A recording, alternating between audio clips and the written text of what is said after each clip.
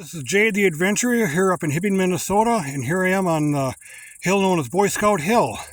So I'm going to ask on my older video that I did, me going down the hill, is why didn't I show you guys the overlook of what a lot of people will see from the Hibbing Raceway? Well, today's your lucky day. I'm actually going to do that. So here's the trolley looking down as they're coming up this. Now, if you remember back in the days, back in the 90s, this area was so clear. And now you see nothing but all these very young juvenile jack pines.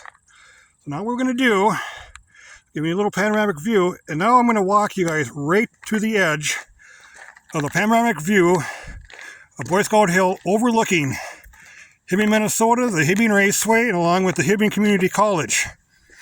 And I'll give you a few other things while I'm talking.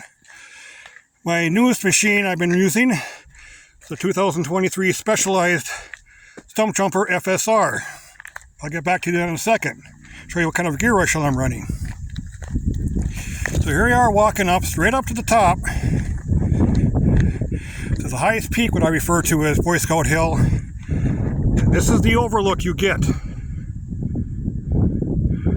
Everything from the community college football field, Hibbing Raceway, all the way along the panoramic view. If you look really hard, you can see downtown Hibbing. As I keep panning, I call it the leaning water tower as we keep panning more and more and more. Now we're looking at the Hull West Pit, and if you look way over there, due north, that is the Hibbing's overlook of the Hull West Pit, the new spot, versus the old spot. Now, some other people have been asking me alternative questions about this. What is the elevation of this from, we'll refer to as the Hibbing Raceway, to this very top? Elevation is 209 feet elevation. This hill was built, or actually was dumped during the era when the U.S. Steel, or actually back in the days with Hannah Mining, they dumped their waste rock here. But when 169 came in and severed it, thus ending this hill become pretty much a virtual area of recreation. Another question. People ask me about what's up with all the jack pines. Well, in the last few years, the Iron Range has been doing what's called mining reclamation, meaning they are putting trees and plant life back into the area that's no longer being used to be brought back to nature. Done by both the conservationists, Minnesota DNR, and sometimes even Boy Scouts will come out and do little chores and so forth.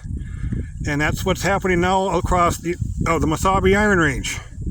Now we move over to my mountain bike. Some of you ask you, what gear ratio do I run? Well, my 23 model has a 30-tooth gear in the front. In the rear is my maximum running to 52. Tells you how much of a gear ratio I have to do to climb up that hill. So now we're moving back.